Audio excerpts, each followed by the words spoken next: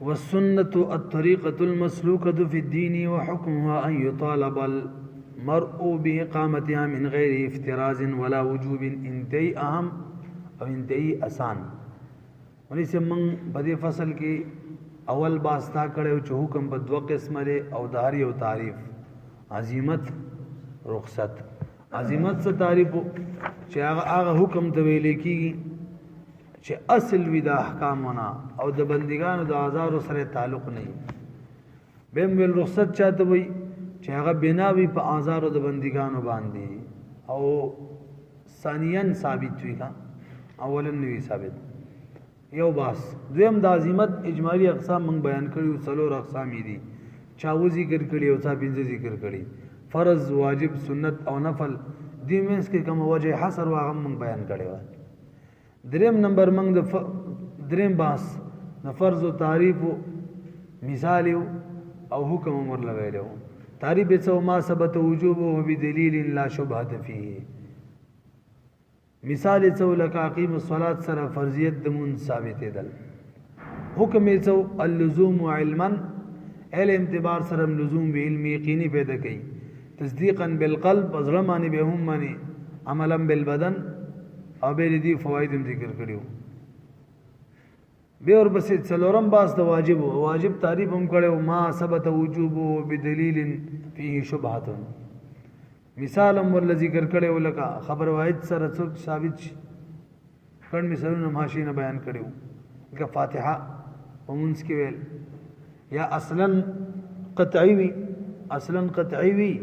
خودم را خبر دا چی عام وی مخصوص من الباز وی یا مشترک وی تا معاول دی جوڑ شوی برحل زونی شوی او دا دی حکم سر لزوم پہ اعتبار دا عمل سر دے او علمی یقین فیدا نور کئی. سو باس شد سلور پینزم باس پا سنت کرے بدے کہ بدرہ اجزا بیانو بے تعریف دا سنتو او حکم دا سنتو او اقسام دا سنت خپل اب کی مثالون امراضی دا درے باس پورا دی کنا. سنت تعریف چلے سنت ملی سے پلغت کے مطلق لارے تویلے کی گئی کہ حسنوی او کا سیئوی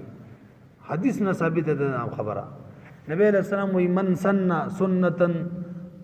حسنتا فلہ اجرها و اجر من عمل بها الى یوم القیامة ومن سن سنتا سیئتا فلہ وزرها و وزر من عمل بها الى یوم القیامة. دل دوری سنت لفظ دے صفت حسنہ ہم راغلے سیئہ ہم راغلے پتہ ولے چھ مطلق لارے تویلے کی. اصطلاحی تعریف والا کتاب والا کڑے دے الطریقۃ المسلوکۃ فی الدین اغلار تویلے کی گی چغا مسلوکہ فی الدین وی دین کے پہ عمل شوی نبی علیہ السلام پہ عمل کڑی یا قولی وی صحابی پہ عمل کڑی یا قول وی او تابعی پہ عمل کڑی یا قول وی. منگا انا پہ کی تعمیم کئی کنا سنت کی تصب خیر الرسول کی ویلی دے نبی علیہ السلام دا صحابہ دا تابعین و قول فعل تقریر مرسل ہوئی تقریر تسویلے کی حدیث سویلے کی سنت اور تویلے کی نو تعمیم پکے رہا آغا لارے توی چکما مسلوکت فی الدین وی بدین کی رائج شوی وی نبی علیہ السلام رائج کری وی قول فعل تقریر سرا صحابی رائج کری قول فعل تقریر سرا تابعی رائج کری قول فعل تقریر سرا ورسیدلے بھی نو لغوی اصطلاحی تعریف جزء اول پکے بیان شکا الطریقۃ المسلوکۃ فی الدین. دیم جز حکم د سنت تاسل برو گوری مری سے تاسل کی د سنن ہدا حکم دے خیات ساتھ دے چا حکم دے نو حکم ادا دے چی د دې د اقامت مطالبه زمنګ نکیږي چې موږ قائم کو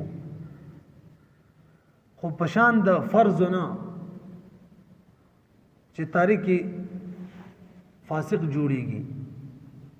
او څوک چې نه مني نو کافر کیږي دا څنګه او پشان د واجب هم نه چې تاریخ فاسق جوړیږي او کڅو کې نه مني کافر کیږي خو نه خو تاریخ فاسق جوړیږي د دې تاریخ فاسق نه جوړیږي. او پر رسیدلې مطالبه د اقامت زمنګ نه کیږي چې موږ د سنت قائم حکم ادارې چې د دې د اقامت مطالبه زمنګ نه کیږي خو د فرض او د واجب په شان نه پوهه پښولې تو ګورې آسان ده کنه. وحکمها او حکم د سنت دا دی ان یطالب المرء چې مطالبه د سړی نه کیږي به اقامتها د اقامت د سنتو دا رقم ځنه ثابته چې مطالبه کیږي وې د قران نه ثابتوم کنه نبی قران کې الله څه فرمای ما آتاکم الرسول فخذوه وما نهاکم عنه فانتهوا اگر که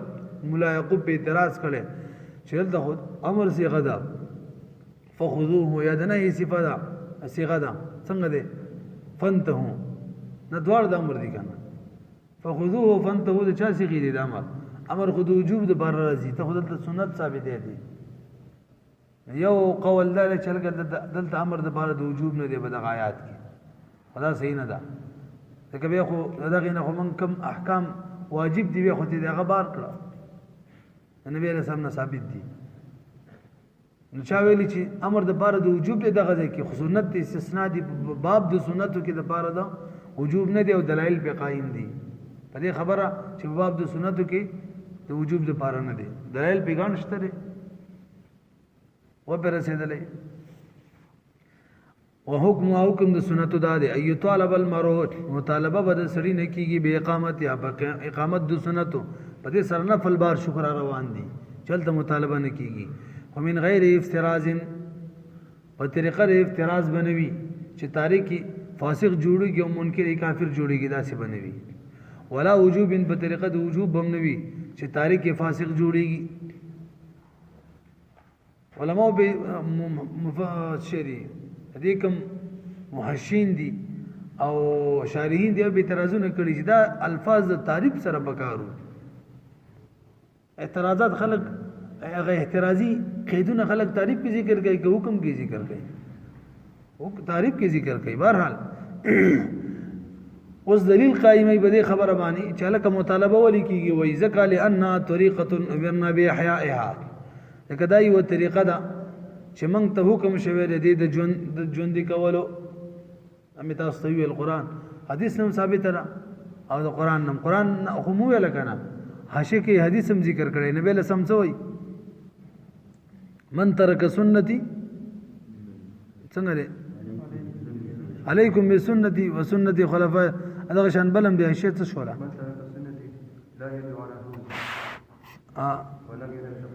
دا حدیث دی زما شفاعت به ورته نه رسیږي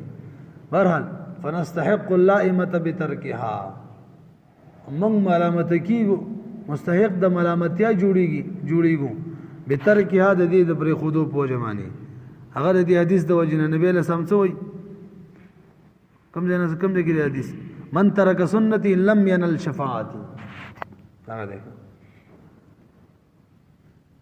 وسنت نوعان سنت الهدى وتاركها يستوجب اساءه بلک برابر دل دریم جز بیانېږي تعریف هم شو حکم هم شو او دریم جز مونږ ول اقسام نو سنت په دوه قسمه لري دا خبرې ذکر کیږي یو ته سنن هدا ویل کیږي یو ته سنن زوائد ویل کیږي سنن هدا ته موږ سنت مؤکده هم وایو سنن هدا سنن زوائد سنن هدا چاته ویل کیږي چې نبی له سلام د ثواب پنیت مانی کړي او ډي اکثر اوقات کې کړي کله کله چې تفریخي او چې نبی له سلام کوم کار د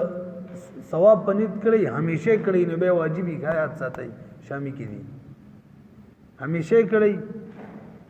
ثواب پنیت کړي به سي او که د ثواب پنیت کړي او کله کله بریخي نو هغه به سنت مؤکده سنن هدا ورته ویل کیږي بلکې دې کې خپل تقسیم هم دی بهرحال او که نبی له سلام یو کار کړی د ثواب پنی دی نه کړي د عادت او د عرف د وجې نه کړي مطلب ناس څه څنګه دی کپڑے به څنګه چولي کم رنگ کپڑے به وي په کوم طریقه باندې به جوړي وي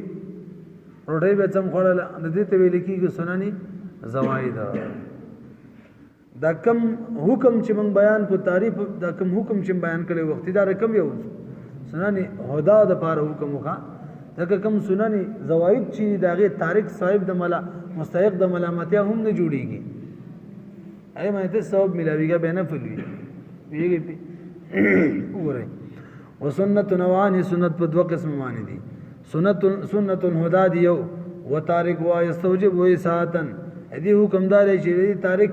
مستحق د اساعت جوړيږي و کراهتن او د کراهت اساعت د کراهت نه لاندې کا خلاف اولاد ویل کیږي کراهت تنزیهی و زوائد او دویم قسم زوائد دي زوائد غیر موکده و تارک والا استوجب اساعتن و کراهتن دې تارک نه مستحق د اساعت جوړيږي او نه د کراهت جوړيږي کثیر النبی علیہ السلام دې د وجینا کچا سیرت د نبی علیہ السلام نو برابر مطلب هغه شان کپڑے نه وي هغه شان ناس نه کولا تاسو به اساعت مکوئ بد مو وي د بد زې چني او بد وی کنه د خپل بد دی به کثیر النبی علیہ السلام لکه سیرت خصلت د نبی علیہ الصلوۃ والسلام په قیام کې نبی علیہ السلام څنګه ودرېدلو قعود کې ناس به څنګه کوله لکه مثال وي تشهود په تور به عام طور کې ناستلو مزل به څنګه کولو ټیټ بد سر به لاک شان خطه او تیز تیز بدللو دا ټول سیرت دی یم سنن زوایدونه دي لباس د نبی له سم په کومه طریقو وعلى هذا بنا بدغه مرتبه باندې تخرج الفاظ روزی یا امام محمد رئیسری دی رحمه الله الفاظ کم الفاظ المذکوره فی باب الاذان چې په باب د اذان کې ذکر شوی دي ولته چې کوم د کې واجب دینوال ته ویلي دي یعیدو واپس کوي به چې کوم سنن زوائد دي او څوک بری دی باره کې ویلي لا باس به او چې کوم سنن هدا دي سنن مؤکده دي هغه باره کې ویلي کې وقد اساء يكره غیر الفاظ ویلي فی باب الاذان باب د اذان کې تاسو ګورئ 3 نمبر حاشیه کې هدام کړل لکه هي قول د امام محمد سیب سره یکره الاذان قاعدا مکروه ویلو ځکه اذان په ولاړه معنی سره سنت مؤکده ده سنن هداونه ده نه دي تارک منګول د اساعت مستحق جوړیږي کنه نه سوې یک قرات او د اساعت دا شان به سوې يكره تكرار الاذان في مسجد محله بيسوي وان صلى اهل مصر بجماعه بغير اذان واقامه فقد اساءوا ولي تارك من سنت شو كنا ولا باس بان يؤذن رجل ويقيم اخر در چار بار شون سنن هداونه تارک شوخه لکه سنن هدا دار چې څوک اذانو کی من اذن حدیث ته او یقیمو اقامت بمغه کوي امام شافعی سے بھی لازم غنی لا دا خبره اندر شان يكره كما ومن حكم سنة الهدى والثالث داول لا بأس به من تفسير كلي فلا اولان دو چي دي قول يكره اقول اسادات حكم من حكم سنة الهدى نه دي او دریم چې دی قول لا باس به در حکم سنن زوائد نه دي وګورئ من قوله لقد قول امام محمد سب چې يكره دي وقد اساد ولا باس به دي او حيث او کم دې کې چې د مبسوط نه ذکر شي قيل يعيد ذکر شي نو فذلك من حكم الوجوب دا چا حکم دی د وجوب دا واجب حکم دی څه معنا چې یو سړی اذان قبل الوقت وکي وقت نه مخکې اذان وکي دا غیر بار حکم بیان کړی دی څه اعاده به کوي اسره وي مخکې بس کاونه بس وکړو ما خدا بلم کتل وسان دی تبارک البس وکړو